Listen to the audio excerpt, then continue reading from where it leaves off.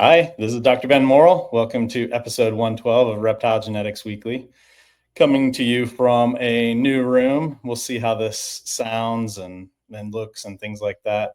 I'm going to actually have a couple of different rooms I'll be working in. We're slowly finishing rooms at my place, and makes it so I have more space to be able to do this and hopefully be able to set up a consistent recording place so I don't have to set up and take down every time we're recording.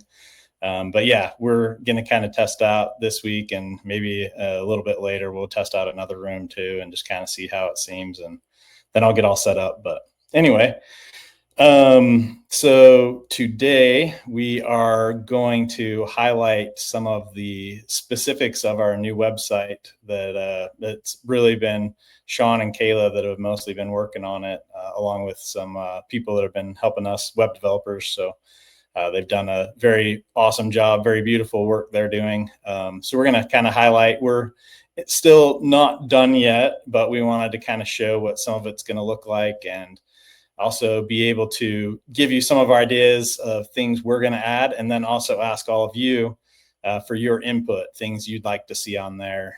We'd love to be able to have a spot where we have a place where you can get resources, information, links to videos, or cool posts, or people that work a lot with a certain morph, or I don't know what all we want to do, but you'll be able to click on the pied page or click on the clown page or the stranger page or whatever, and be able to have a good resource there to see who's sent in sheds to help us develop that test, who ended up developing the test, whether it was us or, the group in Canada or in Europe, or, the various people that are working on this, Charlie that was on with us last week, or if it's all of us working together like Monsoon. So we want to be able to kind of capture some of the history. We had no genetic testing at all for all the way up till like only 2.5 years. I guess coming up on this fall will be 3 years. So so we want to be able to capture some of that as we're kind of going through it and make that available. So I think it's going to be a very cool website, and eventually you'll be able to order directly from there as well if you want. We'll also have a way for you to do bulk uploads if you want to get a bulk discount. It'll make that really easy to do. So I'll show you all of that. But as for sample updates, things so far this week are looking good, and in Texas should have fast test results go out every day for the rest of the week. I have the sheds, the samples for the panel run here now in Virginia. So I'll be working on that these next few days.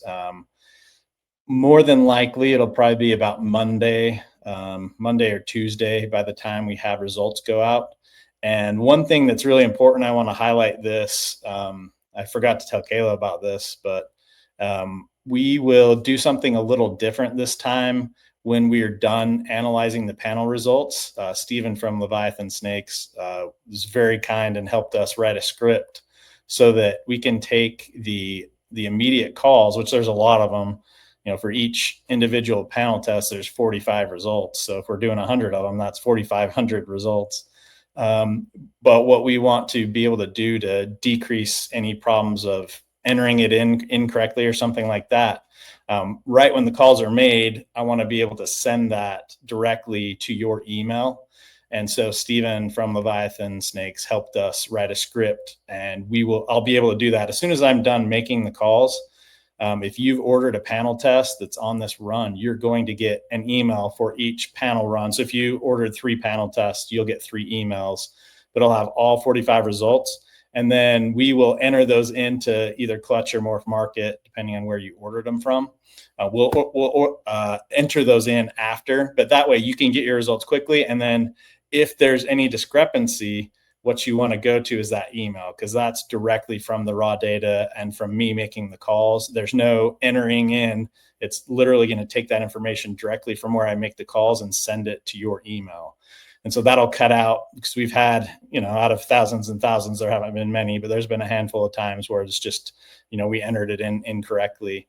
That'll cut that out. So if you get your email results and there's anything different from what you see that gets put into Morph Market or Clutch, it's the email that matters, and you just shoot us an email, say, hey, it called it a het hypo in the email, but it's calling it negative, what's entered into morph market, that was just an entering in problem from us. So that'll cut that out. So, and it'll also mean that you'll probably get your results a couple days faster, because usually I make all those calls and then Sean has to take all those calls for all of the samples that we ran. And then he's got to enter all of those into morph market and clutch. So you'll get your results a little faster. So anyway, this will be the first time we'll try that. That will be probably next Monday. If things go really well, maybe I'll get it out over the weekend. But yeah, we'll be doing a trial run on that. And once again, thanks so much, Stephen, for helping us out to make that possible. That's going to be a game changer. Get information out faster and decrease the chance of problems. So we always love taking steps in that direction, both those directions. So thanks once again, Stephen. Let's see. So yeah, panel results probably early next week. What else have I got for you? Sex determination should go out a couple times this week as normal. And yeah, I think that's everything I've got. Kayla, how are you doing? Hey, Ben, I'm good. That's awesome with the script writing thing. Look at Stephen go. The man edits amazing videos. He does ball python stuff with Courtney. He now writes code and everything. Like, look at him go. And he's doing a documentary about us. So that's exciting. Yeah, about us and several others. It sounds like they're going to have several documentary episodes coming out this year. So they've done a beautiful job. I'm excited to see by the end of this year. I think they're going to have several more coming out. So yeah, awesome. So let's knock out some business stuff before we get into the meat of today's episode. Of course, we've been doing our live stream Thursdays. Not a super fancy name, but that's what we've been doing the last probably month and a half, maybe. And people seem to really enjoy it. Troy from Balls and Strikes Pythons will be joining us this week.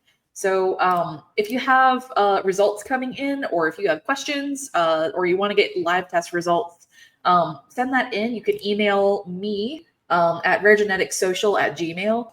If you have any cool stuff going on in your project, or just stuff you're excited about and you want us to show it off on the live stream, send it there. We'd love to talk about it. Let's see. So also, corn snake people, or if you know corn snake people, we do have corn snake testing. And every time a new test comes out, it is automatically a fast test, meaning that you can send in your corn snake shed to test for lavender, scaleless, serrazzo, or amel.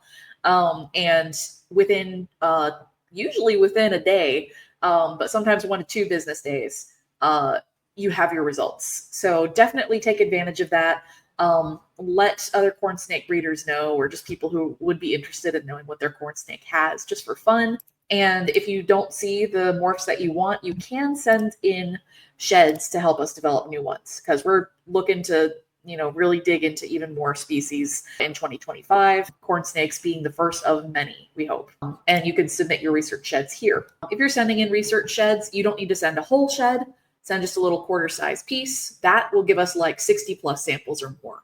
Give us the animal name and ID, known morphs, possible morphs, who produced it, whether it was yourself, and any known lineage info. I know that's not always possible, but if you do have it, or anything you're pretty sure about, let us know. That helps us tease out some of the interesting questions we have that pop up with genetic testing. Yeah, so we had an episode with Bob Vu from Bob's Balls 2 or 3 episodes back, where we talked a little bit about a new blue-eyed Lucy mutation that we didn't know about before.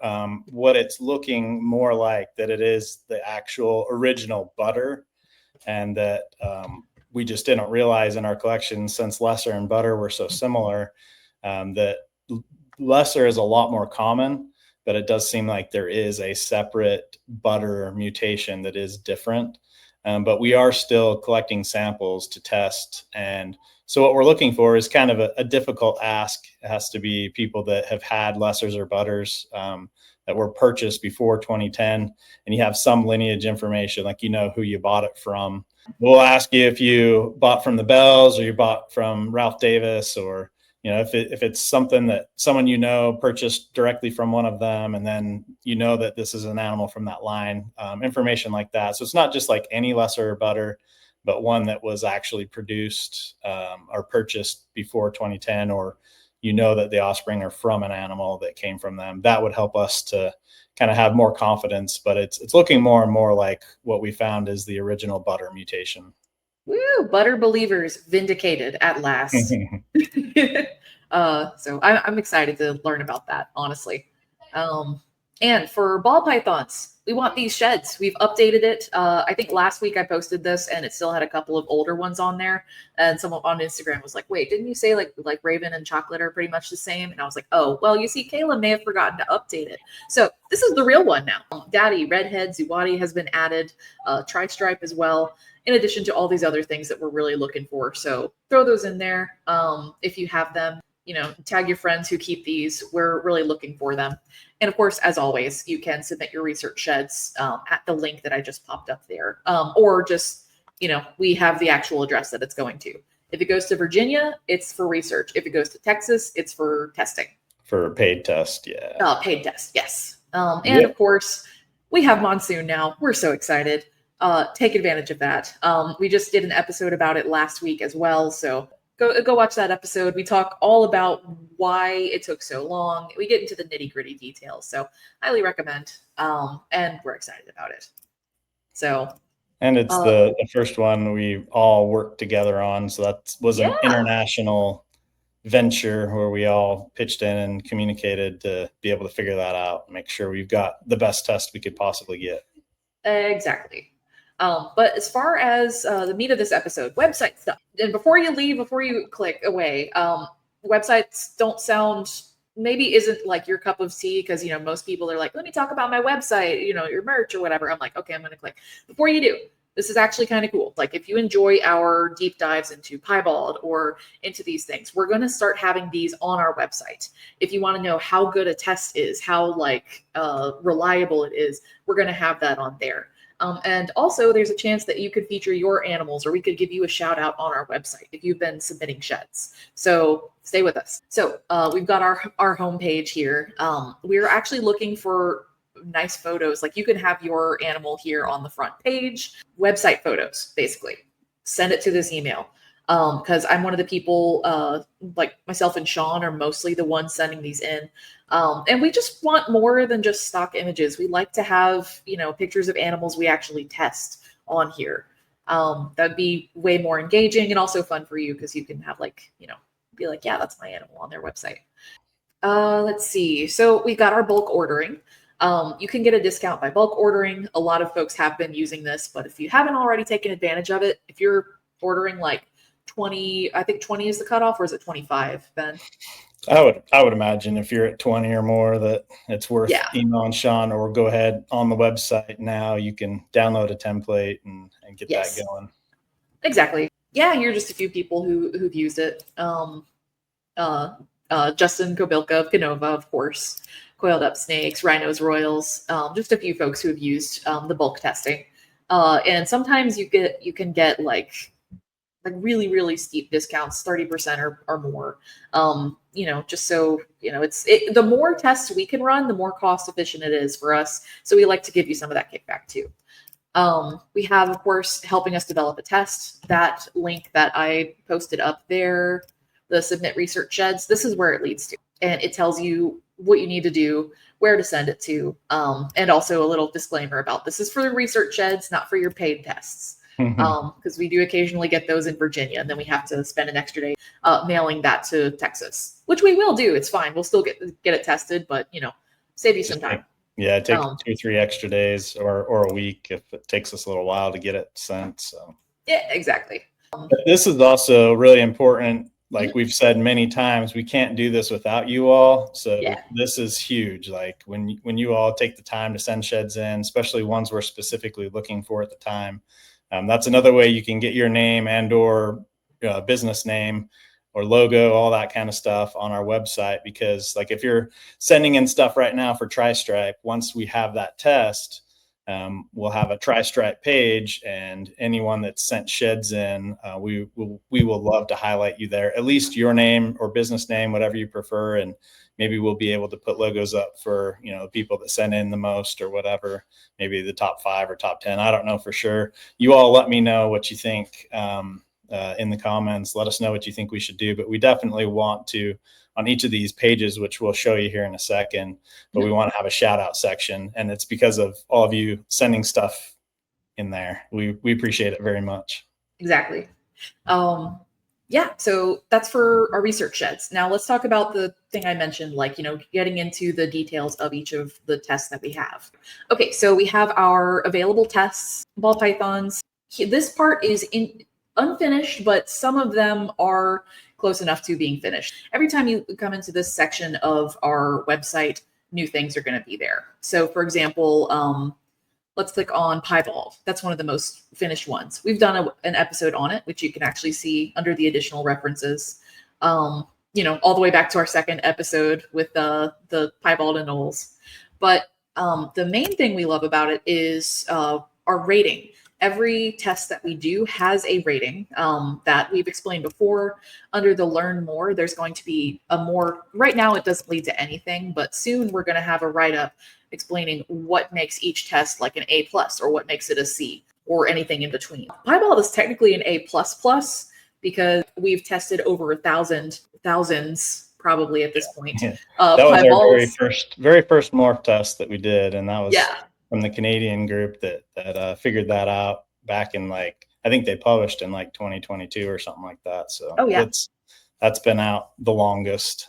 Yes, and we're going to have links to the publications here under additional references, and of course you've got the classic, we've got a brief little blurb about what it is. It's not going to be as in depth as Morphpedia, for example, but it will have the gist of what you're seeing, and it's basically we cross-reference it from Morphpedia and basically paraphrase what they say. If you want more in depth, you can go to that, but this is the gist. And of course, who first produced it, when it was produced in, whether it's recessive. And of course, if you want to order a test for your animal to figure out if it's carrying piebald or whatever gene you're looking at, you can of course pop over to, Morph Market, where you get a 15% discount for testing on it. So here it is, all the things that we're testing for. This is a much more extensive list of what we test for. Panel tests, build your own, all of that good stuff. Other species, corn snakes, blood pythons, the complex testing all over here. So we've got those. And of course, if you click on Clutch, then that will pop over to Clutches if you prefer to order from those guys as well on our other vendor. And you get about a 15% discount just ordering through them, like with Morph Market. And then there's the available standard tests they have. Back to our website. As far as getting your animal on here, we have example pictures. These are from Canova because they're wonderful pictures. Justin does a great job, and his team, of course. But we can use more. Going back to my favorite example, Candy and Toffee. We need an actual picture. This is Earl. He's our placeholder picture.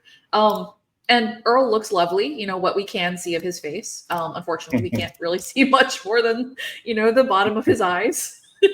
So he's our placeholder picture, and we need actual ball python pictures. So if you have some really good looking candies or toffees, we'd love to, have your animal there instead of Earl, as much as we like Earl.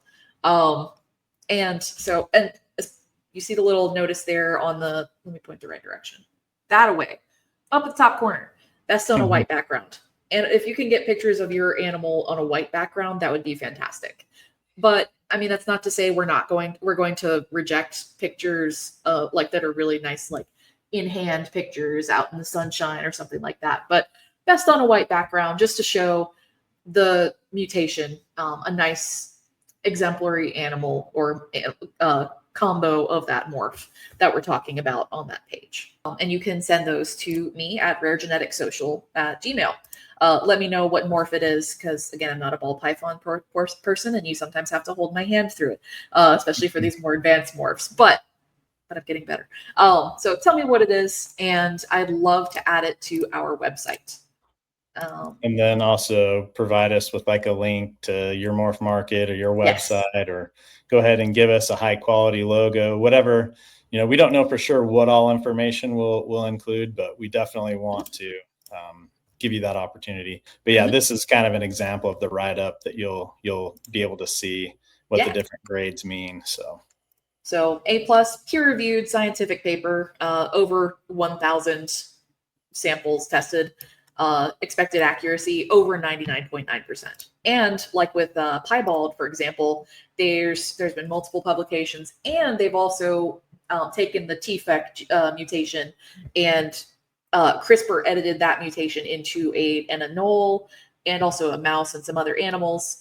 But in the anole, it actually did cause a noticeable color mutation. That is piebald E. So that's basically an A plus plus, which maybe we'll add that eventually, but A plus is fine. And then, for example, like monsoon is a C grade probably because we've tested over 200. It's more like 350 for monsoon at this point, but C grade tests if it's over 99% accuracy, then we consider it ready to go live for people to order, and so on. And then you can read from there. And then that C is there just as a reminder. Hey, this is a relatively new test. We don't see anything funky yet, but as we've seen with albino and ultramel and yellow belly, and now we're adding more and more into the blue-eyed Lucy complex, and there's probably at least one or two more to add to the yellow belly complex with the RK asphalt and maybe a different gravel.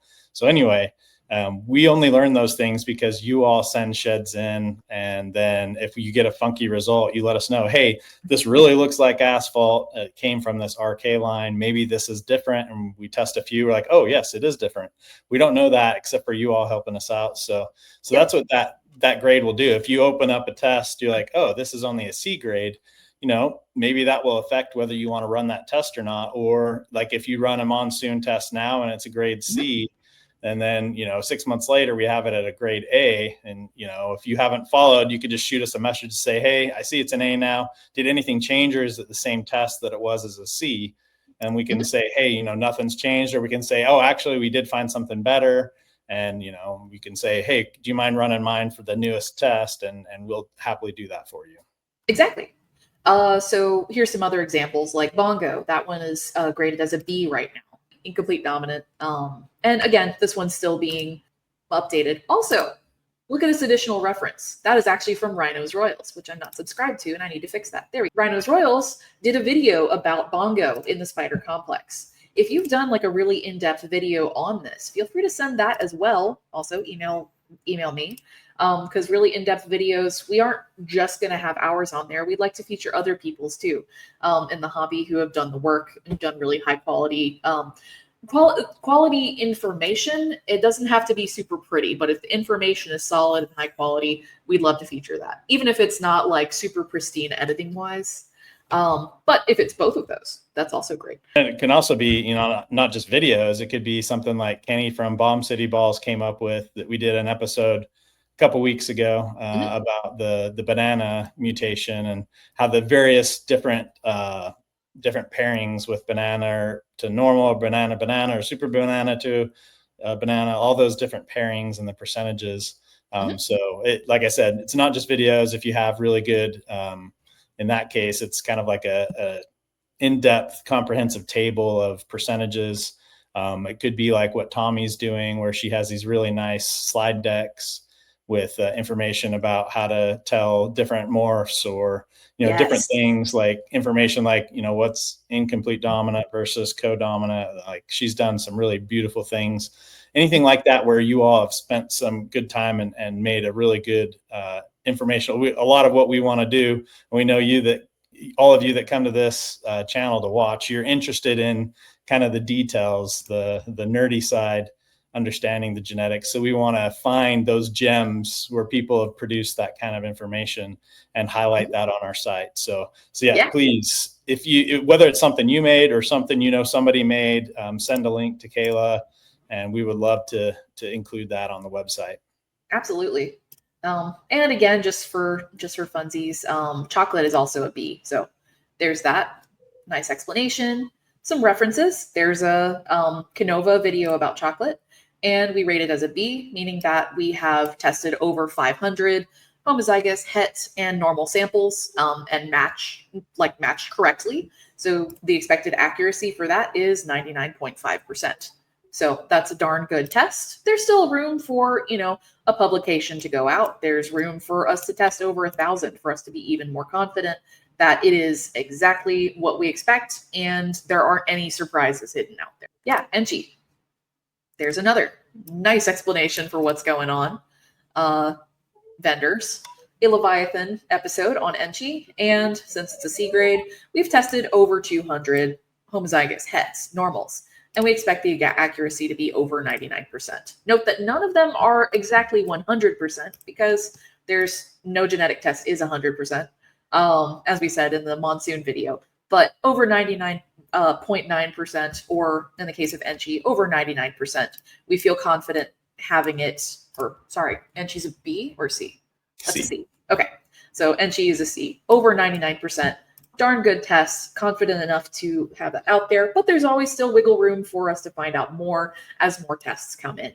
So this is our way of being very as open and transparent about our testing as we possibly can. And you guys have the freedom to go and peruse it as you wish. We'll be updating this as we go. Over the next year and basically as we develop more tests. And so for corn snakes, we have the exact same thing. There's only 2 of the 4 tests we offer right now, but amelanistic, for example, this one's still in progress, but we still rate it as an A+. Actually, should it be? Have we tested over 1,000? Oh, we have? Well, it's an A+ because there's a scientific publication. Okay, cool. So, yeah, we've run quite a few, but and then also these pages are all getting updated. But yeah, once we've run 1,000, it will be an A+ because there is a scientific publication. I think that's why it got labeled that right now. But fair enough. Okay, so we haven't run 1,000 yet, so it won't be an A+ once this is fully out. But it does have the potential to because there was a publication. So. Okay, cool.